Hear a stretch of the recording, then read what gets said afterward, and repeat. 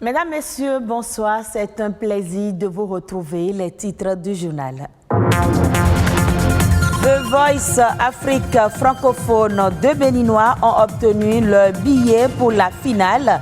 Karina Sen et Giovanni ont franchi le cap des demi-finales samedi dernier.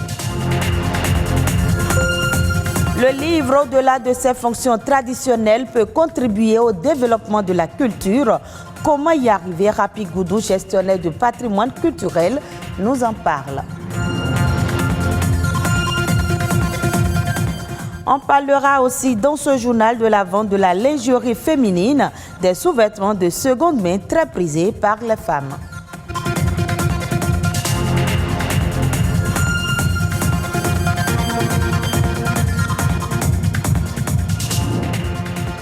Après plusieurs mois de pause, la compétition de The Voice Afrique francophone, saison 3, a repris samedi dernier avec les demi-finales. 12 candidats au total étaient en lice pour accéder à la phase finale de cette compétition continentale, dont 3 candidats béninois. Mais au finish, Giovanni Wessou et Karina Sen ont validé leur ticket pour la finale. Qu'en retenir de cette soirée? Daniel Sosa pour plus de détails.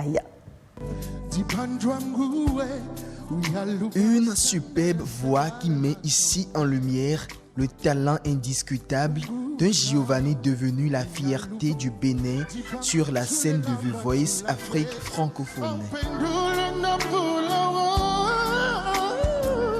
C'est sur cette mélodie de Nati qu'il a pu obtenir son ticket pour la finale.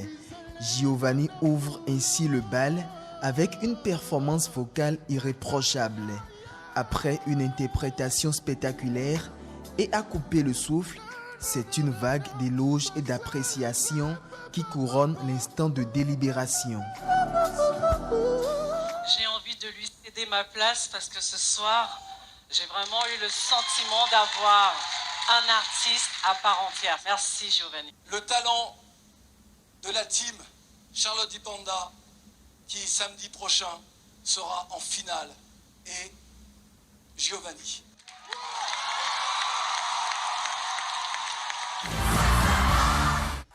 Après les prestations des talents des coachs Hiro et Youssoufa, place maintenant au talent du coach Lokwa Kanza. Un trio composé de 2 Béninoises, Karina Sen et Mathilde Toussaint. C'est toi que j'ai choisi. Pour toujours. Je pense à toi, mon amour, ma bien-aimée. Ne m'abandonne pas, mon amour, ma chérie. Elles ont séduit par l'originalité et la finesse de leur timbre vocal face à Diane Adams du Sénégal. Et c'est Karina Sen qui rejoint Giovanni en finale. Ces 2 artistes confirmés ont été promus grâce au vote des téléspectateurs et spectateurs. Ces 2 finalistes béninois seront face à Fogan du Togo et à Lady Chain du Burkina Faso. Je suis un enfant béni de Dieu, par sa grâce il accomplit toujours mes vœux. Qui remportera alors The Voice Afrique francophone saison 3 2021. Le rendez-vous est prêt pour le samedi 1er mai prochain. C'est un document écrit formant unité et conçu comme tel, composé de pages reliées les unes aux autres. Le livre, puisque c'est de ça qu'il s'agit, a pour fonction d'être un support de l'écriture permettant la diffusion et la conservation des textes de nature variée. Cependant, le livre peut-il être facteur de développement culturel? Rapi Goudou, gestionnaire de patrimoine culturel, nous en parle au micro de Rodrigue Babagbeto. Le livre est l'instrument privilégié du savoir, et qui veut réellement se rapprocher du savoir ne peut passer que par le chemin du livre. C'est une filière, disons, importante pour le développement culturel d'un pays, parce que le livre, avant de devenir ce document disons, imprimé, qui renferme le savoir, la connaissance, il passe par des étapes. Du coup, c'est une chaîne avant que le document que nous voyons ne soit réellement visible, parce que la finalité, c'est, disons, la rentabilité économique que cet ouvrage-là, qui a été inspiré par l'auteur, puisse apporter. L'importance du livre pour l'économie d'un pays ou la culture d'un pays, c'est à double titre.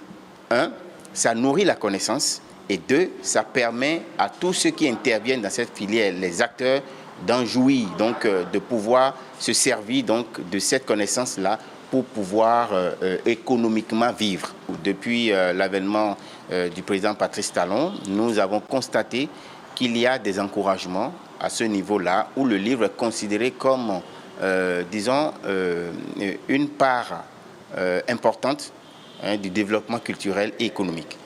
À savoir que déjà, l'État a initié un projet de réhabilitation et de modernisation des bibliothèques publiques et la numérisation des fonds documentaires. Et après, il y a aussi un projet important qui est le projet du fonds de bonification qui est logé au Fonds des arts et de la culture. Donc ce projet qui vient encourager les industries culturelles. Et parlant des industries culturelles, nous avons bel et bien la chaîne du livre. Du coup, cela vient donner un souffle de soulagement, donc un bouffée d'oxygène à tous ces promoteurs qui vont pouvoir désormais aller à la bancarisation de leur projet d'édition du livre, par exemple, et de pouvoir voir l'État rembourser les intérêts. Le marché de la lingerie grouille toujours de monde à Cotonou. L'affluence autour des vendeurs ne baisse pas. Ces sous-vêtements de deuxième main constitueraient-ils une source d'infection? Comment les utiliser sans contracter des maladies? Éléments de réponse dans ce reportage tourné bien sûr avant la pandémie du coronavirus. Au marché Misebo, les marchands de lingerie se frottent les mains. Pour cause, l'affluence de la clientèle est à la taille de la diversité des articles. Tout s'y trouve, petites culottes, soutien-gorge, collants rembourrés encore appelés fausses fesses et bien d'autres sous-vêtements. Aucune gêne quand il faut se procurer de la lingerie d'occasion. La friperie, c'est quelque chose que moi j'aime très bien. Depuis quand moi je porte les friperies, je n'ai pas encore eu cette maladie d'infection. Donc, et nos clients aussi n'ont pas encore dit qu'en portant les friperies, il y a les infections comme conséquences. Moi, j'achète les soutiens-gorge simples ou rembourrés. Ça n'a aucun inconvénient. C'est très bon. C'est de bonne qualité et moins cher. C'est donc la qualité qui explique cette préférence. Les sous-vêtements de premier choix sont les plus convoités. Ils semblent neufs et gardent leur étiquette. Les autres sont plus usés et moins coûteux. Exposés et accessibles à tous, toutes les bourses y trouvent leur compte. Le achuta, comme on l'appelle communément ici au Bénin, serait désinfecté depuis ces différents pays d'origine.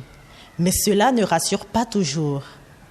Je n'achète pas les sous-vêtements en friperie parce qu'il y a beaucoup de déchets. Il y a des gens qui ont déjà porté que je ne peux pas porter parce que ça donne beaucoup de maladies en fait. Les slips soutiens pour friperie, moi j'aime pas ça. J'ai peur pour les maladies, c'est pour cela que je ne paye pas les slips de friperie. Si la lingerie est à choisir avec minutie, le achuta requiert plus d'attention. Selon les spécialistes, le mauvais conditionnement et la poussière pourraient le rendre nocif pour la peau. Déjà, lié aux caractéristiques de la lingerie elle-même, qu'elle soit neuve ou en friperie, on sait que les sous-vêtements en polyester avec des fibres synthétiques sont beaucoup plus pourvoyeuses en fait d'infections vaginales. Au niveau des soutiens, on peut avoir des mycoses et des infections au niveau de la peau aussi. Chez les hommes, on pourra avoir probablement plus d'infections cutanées. On peut avoir des mycoses par exemple au niveau de la verge, au niveau des testicules. La lingerie en friperie, c'est bon. Mais l'idéal est de s'abonner à la lingerie neuve pour éviter toute infection ou contamination. L'information à l'international, c'est dans Eco Inter, une compilation présentée par Rodrigue Babagbeto.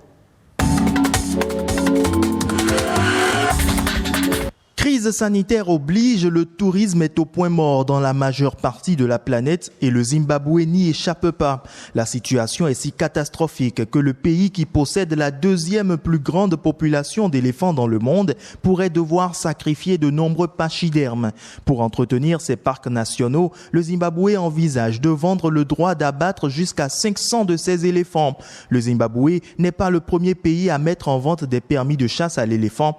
En décembre, la Namibie avait autorisé l'abattage de 170 spécimens en raison de la sécheresse et de l'augmentation de la population des éléphants. Depuis plusieurs semaines, les États-Unis étaient fustigés pour refuser d'exporter le vaccin AstraZeneca qui n'est pas encore autorisé dans le pays. Ils veulent faire amende honorable et ont décidé de fournir à d'autres pays 60 millions de doses du vaccin au fur et à mesure qu'elles seront disponibles. L'exécutif promet donner des détails dans un futur proche sur les pays bénéficiaires de ces doses du vaccin. Après avoir battu un record mondial de près de 350 000 personnes contaminées en 24 heures, le variant indien a plongé le pays de 1,3 milliard d'habitants dans le chaos. Des hôpitaux bondés, des lits tous occupés et le personnel soignant débordé. En Inde, la situation sanitaire empire. Depuis ce mardi matin, la situation est désormais hors de contrôle. Plusieurs pays ainsi que l'Organisation mondiale de la santé ont annoncé qu'ils allaient lui porter une aide d'urgence. Plus de 2600 agents de l'OMS ont été déployés sur le terrain. Les premières cargaisons d'aide médicale britannique, dont 100 ventilateurs et 95 concentrateurs d'oxygène, sont arrivés mardi matin dans le pays. En France, pour faciliter l'accès des jeunes aux aides auxquelles ils ont droit, les autorités politiques se dotent très bientôt d'un simulateur d'aide.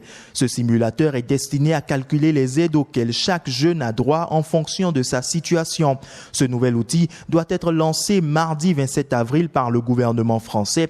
Le simulateur permettra d'avoir une estimation des aides auxquelles les jeunes peuvent prétendre, notamment les bourses universitaires ou les aides au logement. Il s'adresse également aux étudiants, aux jeunes en quête d'emploi ou à certains plus éloignés de l'activité professionnelle et propose des offres d'emploi, d'alternance et des stages. L'objectif est d'amener les jeunes vers l'emploi durable.